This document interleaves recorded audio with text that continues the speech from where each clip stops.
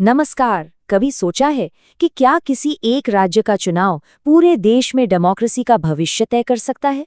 सुनने में थोड़ा बड़ा लगता है ना? लेकिन 2025 में बिहार में कुछ ऐसा ही होने जा रहा है। ये सिर्फ एक इलेक्शन नहीं है, बल्कि ये एक बहुत बड़ी लैब है। एक ऐसी लैब जहां कुछ इतने बड़े बदलावों को टेस्ट किया जा रहा है, जो शायद आने वाले वक्त में हम सबके वोट देने के तरीके को ही पूरी तरह से बदल कर रख दें। इलेक्शन कमीशन ने कोई एक दो नहीं बल्कि पूरे 17 बड़े रिफॉर्म्स का एक ब्लूप्रिंट तैयार किया है।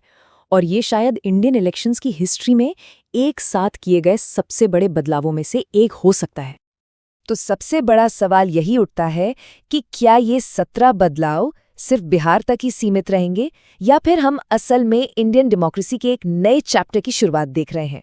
चलिए इन सुधारों को एक एक करके समझने की कोशिश करते हैं। इस पूरी पिक्चर को समझने के लिए हम इन 17 सुधारों को 3 मेन हिस्सों में बांट कर देखेंगे। सबसे पहले बात करेंगे कि जमीन पर काम करने वालों को कैसे मजबूत किया जा रहा है। फिर देखेंगे कि बेहतर सिस्टम और फास्ट प्रोसेस के लिए टेक्नोलॉजी का इस्तेमाल कैसे हो रहा है। और आखिर में हम जानेंगे कि फेयरनेस और भरोसे को बढ़ाने के लिए क्या कदम उठाए जा रहे हैं। और हाँ, एग्जाम्स के लिहाज से ये क्यों इतने ज़रूरी है। देखिए, कोई भी चुनाव सिर्फ टेक्नोलॉजी या नियमों से कामयाब नहीं होता। इसकी असली ताकत तो वो लोग होते हैं जो ग्राउंड पर काम करते हैं। इसलिए इन सुधारों का पहला और सबसे जरूरी कदम इन्हीं लोगों को एम्पावर करने पर फोकस करता है। ये पहली बार हो रहा है कि सिर्फ इलेक्शन अधिकारियों को ही नहीं, बल्कि पॉलिटिकल पार्टीज के एजेंट्स को भी ट्रेनिंग दी जा रही है। इसका मतलब ये हुआ कि अब हर पार्टी नियमों को बेहतर तरीके से समझेगी, जिससे झगड़े और कंफ्यूजन कम होंगे। इसके साथ साथ 7,000 से ज्यादा बूथ लेवल ऑफिसर्स और पुलिस वालों को स्पेशल ट्रेनिंग मिल रही है, ताकि पूरा इलेक्शन और ज्यादा प्रोफेशनल तरीके से हो। और तो और हर बीएलओ को एक ऑफिशियल आई कार्ड मिलेगा, जिससे उनकी पहचान और अथॉरिटी दोनों मजबूत होगी। और बात सिर्फ ट्रेनिंग पर ही खत्म नहीं होती। इलेक्शन कमीशन ये समझता है कि मोटिवेटेड लोग ही बेहतर काम करते हैं। इसीलिए इलेक्शन ड्यूटी में लगे सभी कर्मचारियों का मानदेय यानी ऑनरेरियम और भत्ता दोनों को डबल कर दिया गया है। ये सिर्फ एक फाइनेंशियल इंक्रीज नहीं है, बल्कि उनके काम को एक सम्मान देने का तरीका है, ताकि वे अपना काम पूरी ईमानदारी और लगन से करें। तो एक तरफ जहां चुनाव कराने वाले लोगों को मजबूत किया जा रहा है, वहीं दूसरी तरफ उन्हें मॉडर्न टूल्स भी दिए जा रहे हैं। और यहीं से शुरू होता है हमारा दूसरा पिलर, बेहतर सिस्टम और तेज प्रक्रिया, जहां टेक्नोलॉजी चुनाव का पूरा चेहरा बदल रही है। जरा सोचिए, इलेक्शन कमीशन अब तक 40 अलग-अलग ऐप्स पर काम कर रहा था। डेटा बिखरा हुआ था और उसे मैनेज करना एक बहुत बड़ा चैलेंज था। बस इसी प्रॉब्लम को सॉल्व करने के लिए ईसी नेट को लाया गया है। ये एक सेंट्रलाइज्ड प्लेटफॉर्म है जो 39 ऐप्स की जगह ले रहा है, ताकि सारा का सारा डेटा एक जगह सेफ और ऑर्गेनाइज्ड रहे। इस नए सिस्टम का सबसे बड़ा फायदा सीधे आम आदमी को मिल रहा है। वोटर आईडी कार्ड के लिए जो महीनों का इंतजार था ना, अब वो खत्म। एक नई और बिल्कुल सुव्यवस्थित प्रक्रिया के जरिए अब रजिस्ट्रेशन के सिर्फ 15 दिनों के अंदर वोटर आईडी कार्ड सीधा घर पर होगा। ये वाकई में एक बहुत बड़ी छलांग है। इसके अलावा भी कुछ छोटे लेकिन बहुत काम के बदलाव हैं। सर नाम के एक स्पेशल प्रोसेस से वोटर लिस्ट को क्लीन किया जा रहा है, ताकि कोई भी फर्जी वोटर न रह जाए।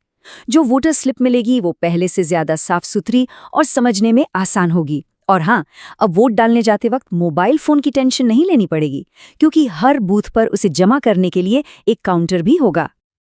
देखिए, अच्छे लोग और अच्छी टेक्नोलॉजी तभी काम आती है जब पूरी प्रोसेस पर जनता का भरोसा हो। और यहीं पर हमारा तीसरा और सबसे अहम पिलर आता है, फेयरनेस और ट्रस्ट। चलिए देखते हैं कि इलेक्शन कमीशन इस भरोसे को कैसे मजबूत कर रहा है। ये शायद सबसे क्रांतिकारी बदलावों में से एक है। बिहार का एक भी, जी हाँ, एक भी पोलिंग बूथ ऐसा नहीं होगा जहां से लाइव वेबकास्टिंग न हो रही हो। इसका सीधा मतलब ये है कि कहीं भी किसी भी तरह की गड़बड़ी की गुंजाइश लगभग खत्म हो जाएगी, क्योंकि हर एक पल पर नजर रखी जाएगी। वीवीपैट की गिनती को लेकर हमेशा एक डिबेट चलती थी कि इसे कब और कैसे गिना जाए। अब इस बहस को ही खत्म कर दिया गया है। नया नियम एकदम साफ है। अगर मशीन में पड़े वोटों और फॉर्म 17C के आंकड़ों में एक भी वोट का फर्क आया, तो वीवीपैट पर्चियों की गिनती अपने आप होगी। किसी के कहने की जरूरत ही नहीं है। इससे किसी भी तरह के शक की कोई जगह ही नहीं बचेगी। इस भरोसे को और पक्का करने के लिए 3 और कदम उठाए गए हैं। एक बूथ पर अब 1200 से ज्यादा वोटर नहीं होंगे ताकि भीड़भाड़ कम हो और वोटिंग आराम से हो सके। ईवीएम पर पहली बार कैंडिडेट्स की रंगीन तस्वीरें होंगी ताकि एक जैसे नाम वाले उम्मीदवारों में कोई कंफ्यूजन ना हो। और पॉलिटिकल पार्टीज के बूथ को पोलिंग स्टेशन से 100 मीटर दूर रखा जाएगा ताकि वोटर बिना किसी दबाव के वोट डाल सकें। अच्छा, ये सारे बदलाव सिर्फ सैद्धांतिक नहीं है, ये प्रैक्टिकल नॉलेज का भी एक बहुत बड़ा खजाना है, खासकर उन लोगों के लिए जो कॉम्पिटिटिव एग्जाम्स की तैयारी कर रहे हैं।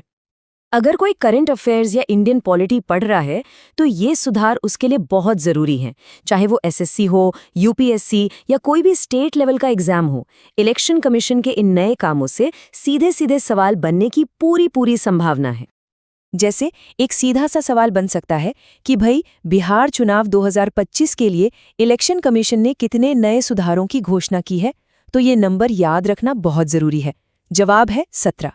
देखने में ये एक छोटा सा फैक्ट है, लेकिन एग्जाम में ये बहुत अहम साबित हो सकता है। तो हमने लोगो, सिस्टम और विश्वास पर फोकस करते हुए इन बदलावों को देखा, लेकिन जब इन सभी 17 सुधारों को एक साथ रखकर देखते हैं तो इसकी बड़ी पिक्चर क्या बनती है? क्या ये सच में भारतीय चुनावों के लिए एक नई युग की शुरुआत है?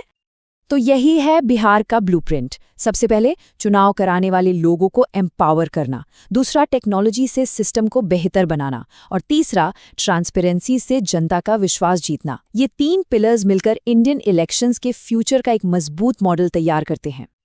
तो आखिरी और सबसे बड़ा सवाल यही बचता है, क्या बिहार में शुरू हुआ ये एक्सपेरिमेंट कामयाब होगा?